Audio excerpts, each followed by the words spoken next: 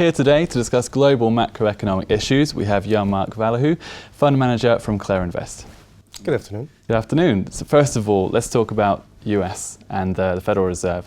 What do you think will happen with the interest rates?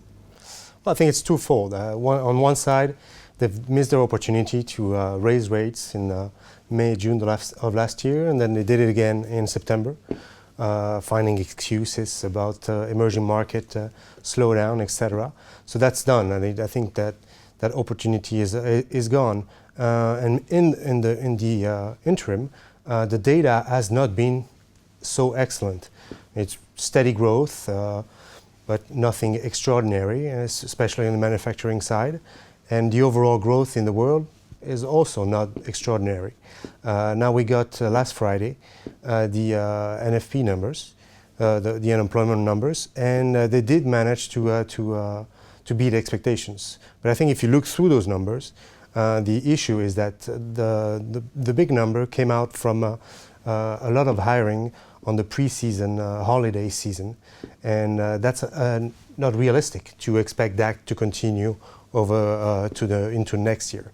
So I think that big ramp up, it will continue again probably in November with Thanksgiving and then the Christmas holidays. And you've seen that from the announcements from all different companies saying that they will hire for packaging, for postal services, for holiday, for shopping malls, etc. And so that number is kind of tweaked. So if they base themselves just on that number, it's wrong. And then next year you have the layoffs from those people will get laid off once the season is over. So I think it's not a done deal. The market is implying about 60 to 70% probability that it will happen.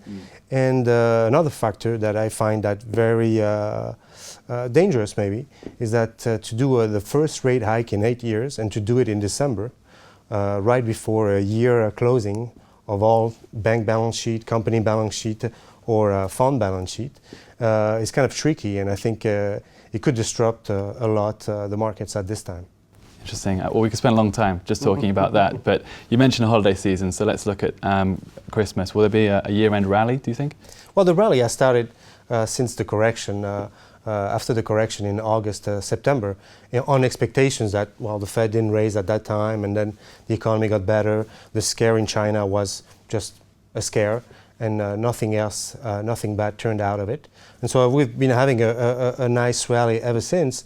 We can probably still go up because now that the earnings season is over in the US, the corporations can start buying back their stock as they have been, as it has been approved by their boards. And so you'll have another window of another month and a half where all the corporations will start doing their buybacks, and they want to get that in before year end, of course.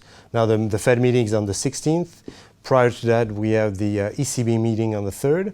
I'm a little bit concerned that the third, Draghi, we'll talk about it later, but Draghi will do something to ease the situation, and then a week and a half later, the Fed just puts steps on the brakes again. So it doesn't really make sense. Okay, yeah, I understand. What about then this Draghi? You seem to be implying that you are expecting him to do something. What is it you're expecting him to do? Well, Draghi's been pretty consistent, and actually as a central banker, he's been one of the best around since we had a long time, because Yellen is more of a school coming from a teacher's background, and I think Draghi, coming from the market, knows exactly what to do and how to speak to the market so that they can understand the message. And his message was pretty clear. I mean, given where the economy in Europe is, where rates are, he wants to do more to reignite the growth and get the deflationary spiral so that Europe comes out of it and we have a little growth. We already are seeing a loan growth in loans in Europe. The numbers in the earnings from European companies were pretty good, even if around Europe there's different patches of slow growth. And so Draghi is pretty clear about it. He will either cut the refinancing rate, extend the QE program, and maybe increase the amount of the QE program.